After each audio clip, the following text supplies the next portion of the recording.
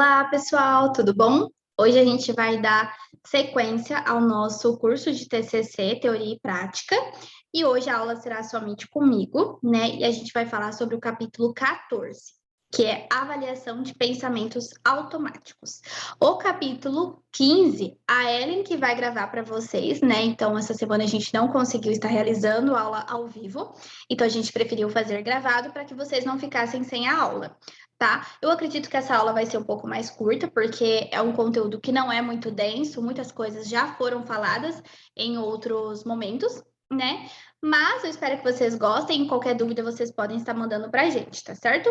Então, a gente vai iniciar com a avaliação de pensamentos automáticos. Como que a gente faz essa avaliação? Né? A Judite traz para a gente algumas ideias e a gente vai falar um pouquinho aqui, tá? O resumo já está para vocês lá no drive do curso, tá? Então, depois vocês conferem lá. Em alguns momentos, eu vou abrir também um resumo aqui em aula para vocês poderem conferir junto comigo, tá certo? Então, ela começa com a parte do selecionando os principais pensamentos automáticos. Então, como que a gente seleciona esses pensamentos automáticos? Né? Porque, como a gente já disse para vocês, né, os pensamentos automáticos, eles vêm o tempo todo, em vários momentos durante o nosso dia, eles vão vir. Muitas vezes a gente não consegue nem perceber que a gente está tendo esses pensamentos automáticos. E, no caso, ela traz esse ponto primeiro. Como que a gente seleciona esses pensamentos automáticos?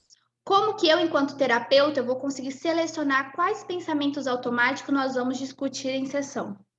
Tá? Então, esse é o ponto que ela traz para a gente durante o começo do livro. Então, a gente vai falar um pouquinho sobre isso. Você conceitualiza-se se esse é um pensamento importante no qual focar, né? Ou seja, ele é, no momento, significativamente angustiante ou útil, ou tem chance de recorrer. Ele constitui um obstáculo a um objetivo? Então, aqui ela traz primeiro umas reflexões para a gente. Pera, vamos pensar. Esse pensamento automático que o paciente está trazendo para a gente, ele é importante mesmo para que a gente foque nele naquele momento? Ele está sendo angustiante para o paciente, aquele pensamento automático? Né? Ele é um obstáculo para algo maior que a gente está trabalhando, um objetivo que a gente está querendo alcançar com o paciente? Se as respostas forem sim, a gente trabalha o pensamento automático. Se a resposta for não, a gente deixa passar, né? Em um outro momento, talvez a gente retome ou a gente vá focar em outros pensamentos automáticos com o paciente. Tá? Então, a gente precisa fazer essa conceitualização. A gente precisa pensar a respeito disso. Se aquele pensamento que o paciente teve é algo que seria relevante a gente tirar um tempo da sessão para falar sobre ele ou não, se não é o momento adequado, tá? Porque os clientes trazem problemas e pensamentos automáticos que não são importantes. Aí vem o ponto. Por que os pacientes fazem isso? Né? Muitas vezes os pacientes não sabem nem como funciona ainda o processo terapêutico, como funciona o processo de acordo com a TCC, então eles também não sabem que pensamentos automáticos trazerem para a gente na terapia. Então, muitas vezes, eles não têm ainda esse conhecimento. Então, por isso que eles não vão saber, né, o que trazer para a gente, qual pensamento seria relevante eles trazerem para a gente na terapia, porque eles não estão suficientemente familiarizados com o tratamento, tá?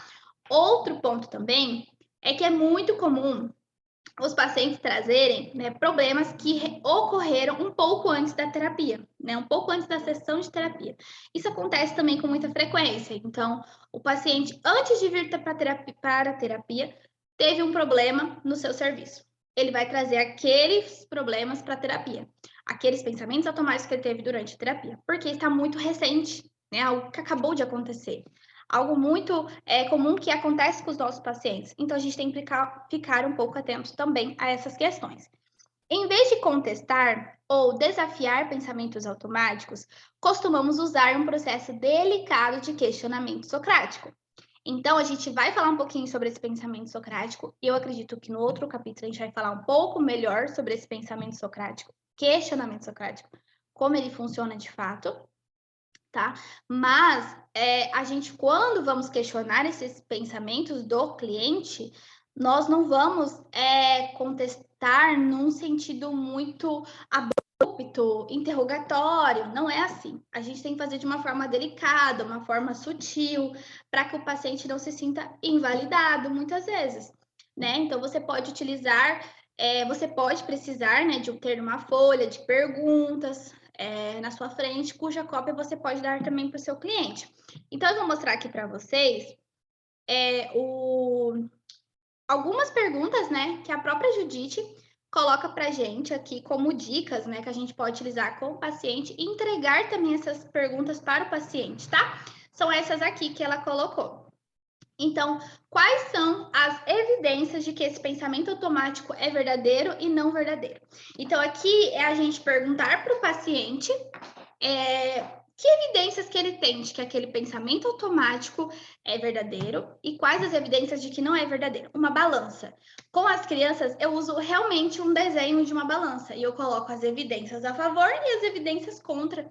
E a própria criança, o adolescente, né, também consegue está fazendo isso, tá? Então, esse é um ponto também relevante.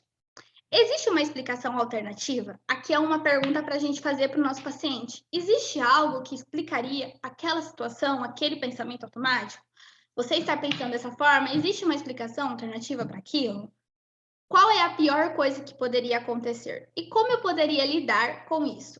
Qual é a melhor coisa que poderia acontecer e qual é o resultado mais realista? Nesse outro anterior, que é a explicação alternativa, ela até traz um exemplo do Abe e de um amigo, né? De que o Abe acha que o amigo não gosta mais dele, que o amigo não quer mais ser amigo dele, né? E a própria Judite fala para ele, mas teria uma outra explicação para isso? Aí, conforme ela vai fazer na sessão com o Abe, ele chega, né, a uma conclusão de que, pode ser que talvez o meu amigo esteja ocupado, por isso que ele não está retornando minhas mensagens. Então, aqui a gente fazer o paciente pensar em prós e contras para aquele pensamento e também se existe uma outra explicação para aquilo. Será que realmente o que eu estou pensando é real? Ou pode ser uma outra explicação que eu não estou tendo acesso, né? E aqui, né, qual é a pior coisa que poderia acontecer, né, diante daquele pensamento, qual a melhor coisa que poderia acontecer e qual seria o resultado mais realista.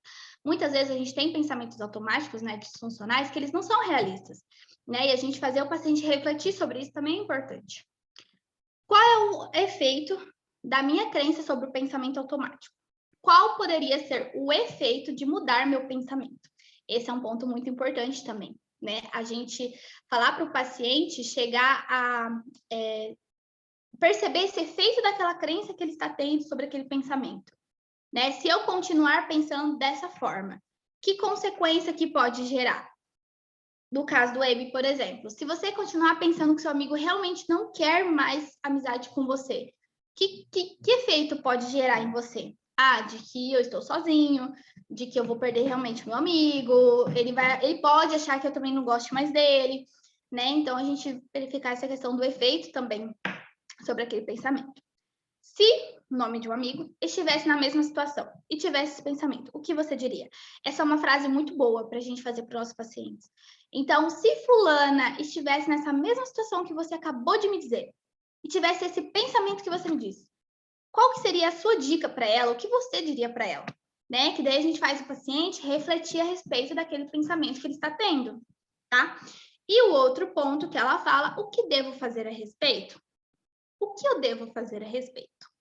Né? Então, aqui ela traz algumas perguntas que a gente pode também, né, imprimir, entregar para os pacientes terem acesso a essas perguntas também, né, e a gente utilizar durante a sessão. Se teve um resultado satisfatório durante a sessão, a gente pode entregar esse material para o paciente, pedir para ele utilizar durante a semana, trazer para a gente as respostas que ele obteve, tá? Então, a gente pode utilizar também esse mecanismo. E ela vai também para a parte das perguntas sobre evidências, né? Como os pensamentos automáticos costumam conter um fundo de verdade, os clientes geralmente têm algumas evidências que apoiam a exatidão deles, as quais você os ajudará a identificar primeiro, mas com frequência não reconhecem evidências em contrário. Então, aqui ela fala a respeito de a gente buscar essas evidências, né? Perguntar para o paciente para que ele busque essas evidências sobre esses pensamentos automáticos que ele vem. Porque, gente, os pensamentos automáticos, a gente costuma acreditar que ele é verdadeiro, né? A gente assume ele como verdade absoluta, sem nem questionar. E a gente, quando terapeuta, a gente vai fazer o paciente questionar sobre aqueles pensamentos. fazer ele criar esses mecanismos para que ele mesmo consiga questionar na sua própria casa esses pensamentos, né? Então, é um ponto também interessante para a gente, né, se atentar e tudo mais com os pacientes, tá? Analisando o desfecho do processo de avaliação. Aqui vem um outro ponto também para a gente observar, né? Que é uma outra parte que ela traz para a gente no livro, né? Então, ela inicia falando para a gente a respeito de como a gente pode selecionar esses principais pensamentos automáticos, que eu já disse para vocês, né? Como que a gente vai selecionar e que perguntas que a gente pode fazer para o paciente para que ele mesmo consiga refletir sobre aquele pensamento automático que ele teve e também que ele tenha esses artifícios para levar para casa. Essas perguntas sobre as evidências, né, que pode ajudar ele a identificar essas evidências. E aí a gente vai para a parte de analisando o desfecho do processo de avaliação. Avaliar o quanto o paciente acredita agora no pensamento automático original e como ele se sente emocionalmente para que possamos decidir o que fazer na próxima sessão. Aqui vem, depois que a gente trabalhou esse ponto com o paciente, a gente definiu o pensamento que a gente trabalharia na sessão, a gente explicou para ele sobre essas frases, né, que ele mesmo pode se fazer, a gente fez esse questionamento socrático com o paciente, aí a gente analisa esse desfecho com o paciente e avalia o quanto aquele paciente está acreditando agora naquele pensamento automático que ele teve original. Então, o paciente chegou para a gente dizendo, eu tenho certeza que o fulano não quer mais ser meu amigo. A frase que o Weibe usa no livro, né? E a Judith faz esse questionamento socrático com ele. E chegam na conclusão de que pode ter uma outra alternativa. Depois que a gente fez essa análise toda, né, desse pensamento automático, a gente questiona de novo para o paciente, quanto você acredita agora naquele primeiro pensamento, né, no pensamento original que você teve? Aí o paciente vai dizer, olha, agora eu acredito bem menos do que eu acreditava quando eu vim para terapia, né? Aí você pode fazer o paciente dar um número para você, de 0 a 10, de 0 a 100, ou classificações, né, de não acredito, acredito, acredito um pouco, enfim, você escolhe a forma de classificar isso. Mas é bacana a gente sempre finalizar esse desfecho perguntando o quanto aquele paciente acredita. Porque e se ele falar para você que ele ainda continua acreditando naquele pensamento, mesmo depois dessa conceitualização? Aí a gente tem que seguir um outro caminho com o paciente, tá? Então a gente precisa perguntar para ele, tanto para a gente saber o quanto ele acredita naquele pensamento depois que já foi trabalhado sobre ele, como ele se sente emocionalmente para que possamos decidir o que vai ser feito na próxima sessão, tá? Então a gente precisa avaliar isso com o paciente também, tá? Aí a gente vai para um outro ponto no livro, que é conceitualizando quando a reestruturação cognitiva é ineficaz. Então, assim, você tentou fazer o trabalho com o paciente, você tentou falar sobre ele, né, sobre esses pensamentos automáticos, e mesmo assim ele continua com o mesmo pensamento, com o mesmo sentimento, né, de que ele acredita ainda naquele pensamento. Então, a gente tem uns pontos para a gente trabalhar, tá? Quando o humor e o comportamento não melhora, você precisa conceitualizar por que essa tentativa inicial de reestruturação cognitiva não foi suficientemente efetiva. Então, se a gente percebeu, a gente trabalhou aquele pensamento com o paciente, ele ainda assim continuou dizendo para a gente que o humor dele não mudou, o comportamento dele não mudou, ele ainda continua acreditando naquilo que ele estava pensando, a gente precisa fazer essa conceitualização para entender o que pode ter acontecido, tá? As razões comuns a considerar inclui. Aí aqui a Judith, ela vai dar umas dicas para a gente de algumas razões que podem estar relacionadas com o fato do paciente deixa eu passar. Essa tentativa não ter sido eficaz, tá? Então, o primeiro ponto há mais pensamentos automáticos centrais e ou imagens que você ainda não identificou ou avaliou. Então, aqui ela fala de que talvez o terapeuta tenha se precipitado em trabalhar um pensamento automático, sendo que poderia ter tido outros pensamentos que a gente não acabou identificando, a gente não acabou avaliando, tá? Então, aqui é quando o terapeuta ele se precipita demais em algum ponto e a gente acaba fazendo um trabalho incompleto, tá? Então, aqui tem esse ponto. 2. A avaliação do pensamento automático é implausível, superficial ou inadequada. Aqui vem um outro ponto para a gente se atentar. Será que essa avaliação do pensamento automático que a gente fez, ela foi uma avaliação adequada? Né? Então, esse é um ponto que a Judite levanta para que a gente pense a respeito. Gente, eu quis trazer aqui o exemplo que ela traz para vocês no livro, para a gente visualizar melhor esse ponto de que há mais pensamentos automáticos centrais que ela não que o terapeuta não identificou, né, de primeira e por isso teve essa avaliação, né, do pensamento automático ineficaz. Aqui ela traz no livro para a gente o exemplo de um supervisionando dela, que ele era um terapeuta iniciante chamado Andrew, né, que ele cometeu alguns erros enquanto estava tratando Margarete. Uma mulher com ansiedade social, na primeira situação, a cliente não verbalizou o pensamento automático ou a imagem mais central. Margarete tinha vários pensamentos automáticos, mas verbalizou apenas um. Entretanto, quando o Andrew a ajudou a avaliar esse pensamento, ela experimentou apenas um leve decréscimo da intensidade da sua ansiedade. Por quê? Porque ela não falou, ela não verbalizou, ele não fez com que ela entrasse em contato com os outros pensamentos automáticos que ela tinha. Ele pegou o primeiro que ela falou e já foi trabalhar em cima dele. Né? E nisso, ele teve um decréscimo bem inferior, né, de ansiedade. Né? Então, não foi um decréscimo significativo na vida da Margarete. Ela deveria ter questionado, ele deveria ter questionado mais cuidadosamente antes de se apressar em avaliar o primeiro pensamento que ela expressou. Aqui vem a questão da pressa do terapeuta. Em uma segunda situação, a cliente, né, respondeu a um pensamento automático superficial. Margarete pensou: meu colega pode me criticar. Em vez de avaliar o pensamento cuidadosamente, ela apenas respondeu: ele provavelmente não vai. Essa resposta foi insuficiente e sua ansiedade não diminuiu. Em uma terceira situação, o terapeuta não investigou minuciosamente e, assim, o cliente não expressou plenamente as evidências de que o pensamento automático era verdadeiro, resultando em uma resposta adaptativa ineficaz, conforme visto aqui. Daí ela trouxe um trecho para gente. Ok, Margarete, que evidências você tem de sua amiga não se importa com você? Bem, ela quase não me liga. Eu sempre que ligo para ela. Né? Então, aqui ela trouxe uma evidência forte, né, de que realmente aquilo que ela pensa é verdade.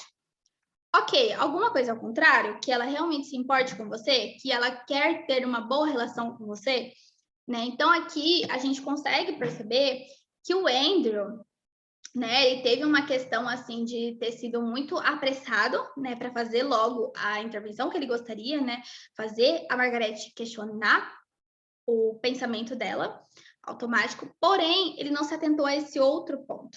Há outros pensamentos automáticos que a Margarete poderia ter, tá? Então, tem um ponto para a gente estar sempre atenta, né? Terceiro ponto que ela traz. O cliente não expressou significativamente as evidências que parecem apoiar o pensamento automático. Então, aqui é quando o cliente ele não expressa suficientemente essas evidências, né? Ele não consegue formular essas evidências que expressam o contrário para a gente, de que realmente, né, aquele pensamento não é eficaz.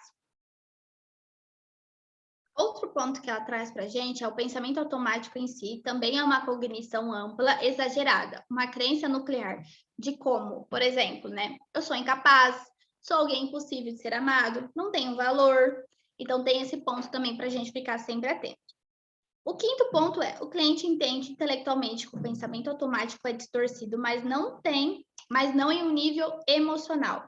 Então, esse é um ponto também para a gente se atentar. Às vezes o cliente, ele até percebe que aquilo lá é um pensamento automático distorcido, mas não nesse nível emocional, ele não consegue ainda, mesmo ele tentando fazer essa reestruturação, ele pensando a respeito daquele pensamento, ele ainda assim apresenta essa dificuldade nesse nível emocional. O pensamento automático faz parte de um padrão de pensamento disfuncional. Então, aqui ela trouxe para a gente alguns pontos para a gente conceitualizar quando essa reestruturação cognitiva não deu certo, tá? E no livro ela traz o exemplo do Andrew, que foi o que eu acabei de falar para vocês, que lá ele explica um pouco para a gente, né? Ela, na verdade, explica um pouco para a gente como que foi as sessões do Andrew, o que ele fez de errado e o que a gente pode aprender com o Andrew, para que a gente não faça a mesma coisa na nossa sessão de psicoterapia com os nossos pacientes, tá? Depois, né, de que ela fala sobre essa conceitualização, né, quando a reestruturação cognitiva é ineficaz, ela entra no ponto dos métodos alternativos para abordar pensamentos automáticos. Então, ela fala de alguns métodos que a gente pode utilizar para abordar esses pensamentos automáticos. Um ponto que ela fala é variar as suas perguntas, né? Então, quando você prevê que as perguntas padrão não serão suficientemente efetivas, né? Varie sua linha de questionamento. Né? Então, no próprio livro, ela vai trazendo alguns trechos que ela faz com o Abe, e lá a gente consegue visualizar o quanto ela vai variando as suas perguntas. Ela não fica fazendo sempre a mesma pergunta, sempre focando na mesma pergunta. Ela varia a forma de perguntar aquilo. Então, quando a gente percebe que aquela resposta aquela resposta que o paciente nos deu ainda não foi efetiva ainda para a gente variar um pouco a pergunta para que a gente consiga ter um outro resultado, né? Ou ter um melhor resultado do pensamento automático. Identificar a distorção cognitiva. A identificação de distorções pode ajudar o cliente a ganhar distanciamento dos seus pensamentos. Mas, como em todos, né, técnicas, certifique-se de que é útil para o cliente, que ele entenda a justificativa e que não se sinta sobrecarregado pela lista. Aqui ela fala, né, que um método para a gente abordar esses pensamentos automáticos com o paciente é a gente identificar essas distorções cognitivas. E ela traz para a gente algumas delas, né, as principais no livro. E eu vou mostrar para vocês aqui também as que ela traz, para que a gente consiga falar um pouquinho sobre elas. Esses são, pessoal, algumas, né, das distorções cognitivas que a Judite traz no livro para a gente. Pensamento do tipo tudo ou nada, que é, por exemplo, se eu não for um sucesso total, sou um fracasso. Então, se eu não consigo ser daquela forma, então eu sou horrível, né? É aquele pensamento dicotônico, né? Catastrofização, né? Que é quando eu imagino, né? Vou ficar tão perturbado que serei absolutamente incapaz de funcionar. Então, aquele pensamento catastrófico, realmente, né? De que prevê que o futuro vai ser negativo. Desqualificação ou... Ai, não consigo ver aqui, gente. Mas é a desqualificação, né? Que é quando você acha que aquele projeto, mas isso não significa que sou competente. Então, é de você ter ido bem, por exemplo, numa prova, mas você achar assim, mas naquela outra eu sou péssimo. Eu fui bom só porque alguém me ajudou. É algo nesse sentido. Raciocínio emocional. Sei que faço bem muitas coisas no trabalho, mas ainda acho que eu sou um fracasso, né? Então, é aquele tipo de pensamento de que eu sei que algumas coisas eu faço certo, mas eu ainda assim não deixo de ser um fracassado, né? Rotulação. Sou um perdedor. Ele não é bom. Então, é no sentido da gente colocar um rótulo, né, sobre a gente, sobre o outro, sem considerar que as evidências podem, né, mais sensatamente conduzir a uma conclusão menos extrema. Então, assim, eu posso realmente não ser uma boa pessoa, eu posso realmente não ser muito boa em uma matéria, mas eu entender que um pouco eu ainda sei sobre aquela matéria. Né? Eu não chego a ser um perdedor, alguém que não sabe nada sobre aquilo, mas é a gente colocar um rótulo em si mesmo, né, e nos outros, sem a gente ter essas evidências, né, que provem também o contrário. Maximização e minimização, que é, exemplo, receber uma avaliação medíocre comprova o quanto eu sou inadequado. Receber notas altas não significa que sou inteligente. Então, a gente maximizar um resultado, maximizar um resultado. Então, é quando eu avalio a mim mesmo, ou as outras pessoas, ou uma situação, você irracionalmente maximiza o negativo e minimiza o positivo. Então, eu fui bem nessa prova, mas não significa que eu sou uma boa aluna. Mas, se eu tirei 60 numa prova e não 70, 80, viu? Eu sabia que eu não ia bem nessa prova. Eu sou realmente uma péssima aluna. Então, a gente maximizar algo negativo e minimizar o positivo. Leitura mental. Ele está achando que eu não sei nada sobre esse projeto. Então, eu supor algo de alguém, algo que alguma pessoa está pensando sobre mim. Então, assim, fulano olhou para mim na rua, eu tenho certeza que ele está achando que eu ando inadequado. né, que tá rindo por dentro do meu jeito de andar. Generalização excessiva. Como me sentir desconfortável na reunião, não tenho o que é necessário para fazer amigos. Então, a gente generalizar excessivamente uma situação, por exemplo. Personalização. O funcionário foi rude comigo porque fiz alguma coisa de errado. Então, é você acreditar que os outros estão agindo de forma negativa por sua causa, sem considerar explicações plausíveis para o comportamento dele. Pode ser que o funcionário foi rude com você porque ele não estava num bom dia. Não quer dizer que ele foi adequado àquele comportamento dele. Mas é a gente personalizar, né, fazer essa personalização realmente de que a pessoa está daquela forma por minha causa. Foi algo que eu fiz que causou aquilo. Declarações do tipo, deveria, tenho que, né? Então, é terrível que eu tenha cometido um erro, eu deveria sempre dar o melhor de mim. E a visão em túnel, que é o professor do meu filho, não sabe fazer nada direito. Ele é crítico, insensível e péssimo para ensinar, que é você só ver os aspectos negativos de uma situação. Aqui são alguns erros de pensamento que a Judith traz para a gente ao longo do livro, tá? Adaptado com a permissão, né, do Aaron Beck. E ela fala, né, que é bacana a gente circular alguns desses erros cognitivos, mostrar para o paciente esses erros cognitivos, ver o que ele pensa, né, o que eles pensam sobre isso também, né? Então, assim, ela traz esses erros cognitivos para que a gente ensine os pacientes a entender, a identificar essas distorções cognitivas, né? Que é um ponto que ela traz aqui para a gente no livro, que auxilia a gente, né, nesses métodos alternativos para a gente abordar esses pensamentos automáticos. Então, aqui é o segundo tópico, que é identificar as distorções cognitivas. Próximo passo é planejar um experimento comportamental. A discussão da validade das ideias dos clientes que estão na forma de previsões pode ajudá-los a mudar seu pensamento, mas a mudança pode ser significativamente mais efetiva se o cliente tiver uma experiência que refute a sua validade. Aqui no caso, ela fala muito a respeito assim, o quanto o questionamento socrático ele é importante para a gente chegar aos pontos, né, dos pensamentos automáticos, a gente fazer essa reestruturação cognitiva, né, desses pensamentos automáticos. Então, ela fala o quanto é importante esse questionamento socrático, mas também a gente fazer esse experimento comportamental com o cliente. Então, a gente planejar isso com o cliente, dependendo de como é o cliente, se ele está, né, já pronto para esses experimentos comportamentais, mas é a gente levar de fato o cliente a ter essa mudança comportamental, né, e comprovar ou, né, a gente encontrar evidências contra aquele pensamento automático dele. Eu vou dar um exemplo para vocês. É aqui, pessoal, que ela fala, né, que o questionamento socrático ele pode ser insuficiente, mas pode ajudá-la a decidir se é aconselhável realizar um experimento comportamental. Ele teve um pensamento automático, não tem energia suficiente para ir até um abrigo de sem-teto. Primeiro examinamos esse pensamento e descobrimos que ele provavelmente era impreciso, né? Então fizemos soluções de problemas, tá? Então decidimos que Abe poderia planejar ir por apenas 30 minutos e então ir embora se ficasse sem energia. Em seguida, elaboramos um experimento comportamental para ver se ele seria capaz de concretizar esse plano. Então, aqui ela mostra para a gente a respeito desse experimento comportamental, né?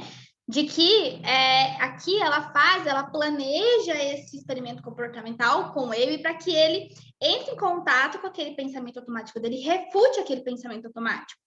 Então, ela fez primeiro esse questionamento socrático com ele, ambos perceberam, né, que aquele pensamento era impreciso, e aí eles foram direto para o experimento comportamental para que ele tentasse pelo menos ir lá, né, para que ele entrasse em contato se ele realmente vai ficar sem energia lá, se não vai, como vai ser aquele local. Então, a gente elaborar esses experimentos comportamentais com os nossos pacientes, que é muito importante, né? E usar autoexposição, que é um ponto também que ela traz para a gente, né? Ao longo do livro, em diversos momentos, a Judith fala a respeito dessa autoexposição, né? Ela mesma diz para a gente que ela faz muita autoexposição com os pacientes, mas a gente tem que saber também o momento certo para fazer, né? Então, usar autoexposição. Algumas vezes você pode usar a autoexposição criteriosa no lugar ou além do questionamento socrático, ou de outros métodos para demonstrar como você foi capaz de mudar seus próprios pensamentos automáticos semelhantes. Então, aqui ela fala para que a gente realmente, né, fale para o paciente sobre o pensamento automático que a gente teve semelhante a ele e como a gente pode mudar aquele pensamento automático, né? Então, é fazer essa autoexposição. E um outro ponto que ela traz para a gente também, que ajuda a abordar esses pensamentos automáticos, é pedir que o cliente elabore uma resposta útil àquele pensamento automático. Então, por fim, há momentos em que você pode simplesmente perguntar ao cliente como ele gostaria de responder a um pensamento automático. Algumas vezes ele pode encontrar uma resposta efetiva no começo do tratamento. Às vezes você precisará esperar para que ele tenha feito, né, mais progresso. Então, isso aqui é um ponto que a gente pode utilizar com os pacientes. Se a gente viu que ainda ele não está pronto, né, a gente peça mais para frente. Mas é um outro ponto relevante, né, que a gente pode fazer com o paciente. E um outro ponto que ela traz para a gente ao longo do livro é quando os pensamentos automáticos são verdadeiros. E aí? Né, a gente trabalhou essa questão toda de selecionar os principais pensamentos automáticos, analisar esse desfecho do processo terapêutico, como que a gente analisa se aquele trabalho que a gente fez de questionar os pensamentos automáticos deu certo, surtiu algum efeito ou não, conceitualizando quando essa reestruturação cognitiva não foi eficaz, o que a gente faz, o que mais a gente pode utilizar como método alternativo para abordar esses pensamentos automáticos, né? E por fim, ela finaliza o livro, né, falando sobre quantos pensamentos automáticos não são verdadeiros. O que a gente faz quando ele não é verdadeiro, né? Então, focar na solução de problemas. Se a percepção que o cliente tem de uma situação parece válida, realmente faz sentido aquele pensamento automático que o paciente está tendo, né? Aquela percepção é válida, você pode investigar se o problema ao qual está associado pode ser resolvido, ao menos em certa medida. Então, aqui a gente vai investigar esse problema do paciente e trabalhar essa solução de problemas para ele. Então, tá, esse pensamento automático realmente faz sentido, então a gente vai trabalhar em cima disso, investigar as nossas possíveis soluções de problemas para esse pensamento automático. Aqui eu trouxe para vocês o exemplo que a Judith traz no livro, né, sobre focar na solução de problemas. Aqui o Abe traz, né, um pensamento automático de que se ele não conseguir um emprego logo, ele não teria mais dinheiro suficiente para pagar o aluguel, né? Então, nesse ponto aqui, a Judith, ela faz, né, diversos questionamentos com o Abe a respeito desse problema aqui. É um problema válido que realmente, se ele não tiver o dinheiro, ele não vai conseguir pagar o aluguel, né? Esse é um pensamento válido que ele está tendo. Então, aqui ela faz uma solução de problemas com ele. Então, tá, você tem um problema, a gente precisa encontrar soluções para aquele problema. E aí, no caso, ela vai discorrer aqui com ele a respeito dessas soluções de problema para esse pensamento que ele trouxe ao longo da sessão. O outro ponto que ela traz é investigar se o cliente tirou uma conclusão inválida ou disfuncional. Então, embora um pensamento automático possa ser verdadeiro, o significado do pensamento para o cliente pode ser inválido. Então, pode ser que sim, aquele pensamento automático que ele tenha é verdadeiro, mas o significado que aquele pensamento está tendo para o paciente, ele é inválido, ou pelo menos não completamente válido, conforme ilustrado a seguir, né? E você pode examinar a crença subjacente ou conclusões. Então, aqui, ela trabalha com o Abe, por exemplo, essa questão. Então, parece que você realmente não consegue se concentrar o suficiente para fazer os cálculos do seu imposto de renda. Sim, eu me sinto muito mal por isso. O que diz sobre você? O que significa você não conseguir, né, calcular esse imposto de renda? Isso mostra que há alguma coisa de errada com o meu cérebro. Talvez eu nunca mais tenha a mesma concentração de volta. Né? Ok, podemos examinar isso primeiro? Existe outra explicação para essa dificuldade de concentração? Então, aqui a gente percebe que tem realmente um problema de que o Abe não está conseguindo calcular, né, o seu imposto de renda, mas o que significa isso para ele é inadequado, né? É inválido esse significado que ele está tendo, né? Então, a gente precisa trabalhar isso com o paciente. Outro ponto que ela traz é trabalhar a aceitação e o valor, né? O voltar a focar, né, a ação do valor. Então, trabalhar a aceitação e voltar a focar a ação do valor. Aqui, alguns problemas, não podem ser resolvidos e pode ser que nunca sejam resolvidos. E o cliente, ele pode precisar de ajuda para aceitar esse desfecho. Ele realmente se sentirá ineficaz se tiver expectativas irrealistas de que um problema insolúvel vai, de alguma forma, quase magicamente melhorar. Então, aqui ela traz um ponto de que, às vezes sim, o paciente ele vai ter um pensamento automático verdadeiro. Alguns a gente vai conseguir sim buscar soluções para aquele problema. Outros a gente vai conseguir investigar, né, se o cliente ele tirou ou não alguma conclusão precipitada, alguma conclusão inválida, ou, né, um significado inválido sobre aquele pensamento, mas em alguns pontos a gente vai ter que trabalhar a aceitação e voltar a focar a ação do valor. Né? Então, vai ter pensamentos automáticos que os nossos pacientes vão ter, que eles não vão ser resolvidos e que provavelmente eles nunca serão resolvidos. Né? E ele precisará de ajuda para conseguir aceitar isso, de que aquele pensamento automático não vai ser resolvido, né? E ele vai sim, provavelmente ele vai se sentir infeliz se ele tiver expectativas irrealistas para aquilo. Então, se ele achar que com a terapia aqueles pensamentos automáticos eles vão ser resolvidos, que aquilo vai ser resolvido, sendo que é algo que não tem como ser resolvido, que nunca será, a gente precisa trabalhar essa aceitação do paciente, de que ele precisa aceitar aquilo. Que enquanto isso, ele em geral precisará de assistência para aprender a focar em seus valores centrais, buscar a ação de valor, enfatizar as partes mais gratificantes da sua vida, enriquecer sua experiência de novas maneiras. Várias estratégias, né, a gente pode encontrar nesses colaboradores aqui.